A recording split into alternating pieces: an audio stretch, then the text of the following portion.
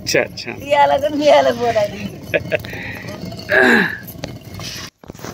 विद्यार्थी मित्रांनो, हे आत्ताच तुम्ही जे घरी ज्वारीचं पीठ आहे की नाही, बाजरीचं, गव्हाचं पीठ आणि त्याच्यानंतर आपण पोळी भाकरी बनवतो.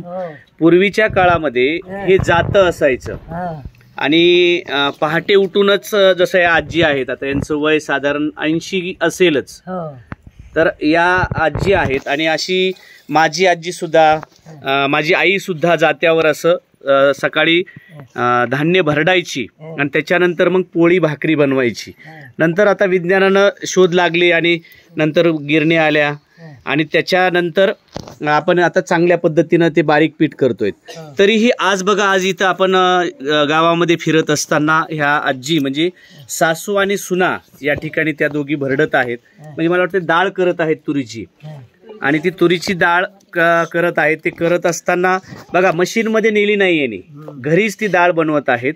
आणि या डाळीला जी चव असते ती वेगळी असते. याचं वरण जे बनतं ते एक वेगळ्या क्वालिटीचं असतं.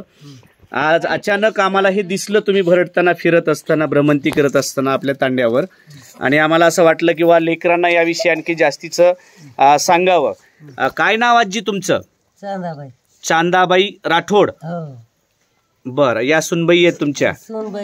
बर बर. किती मुलं आहेत तुम्हाला? 2 मुलं. बर. आणि मुली? 2 मुली. बर बर. एक 80 वर्ष असेल वय तुमचं? एवढी नसेल भाऊ. 60 70 60 असेल, आहे की नाही? बर बर बर. मुलांना बघा, एवढं वय होऊनही त्या या जात्यावरल्या ह्या गोष्टीचे काम करतात, गाणं म्हणतायत. आणि आपणही यांच्याकडून ही प्रेरणा घेतली पाहिजे. आणि ही आपली संस्कृती आहे, ही प्राचीन संस्कृती आहे आणि ही आपण जपली पाहिजे. आणि आजींनी सुद्धा आपल्या विनंतीला मान देऊन ते गाणं म्हणतायत. आपण एक गाणं त्यांच्याकडून ऐकूया. आता गाणं म्हणा या जात्यावरल्या जशा ओव्या असतात. आता बंजारा संस्कृतीमधलं मला नाही येत बाबा बंजाराचा गाणं, मला गोष्टीच येत नाही. ते नाही, आता जे गाणं आहे ते गीत, याच्यावर आता जे तुम्ही गाणं म्हणत होतात ते म्हणून दाखवा आम्हाला.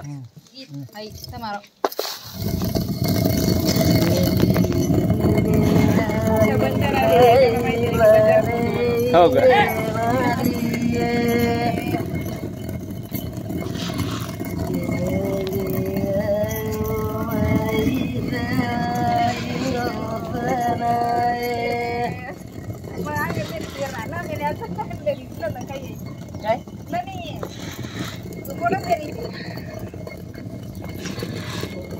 टाळ्या वाजवूया आपण आजीसाठी.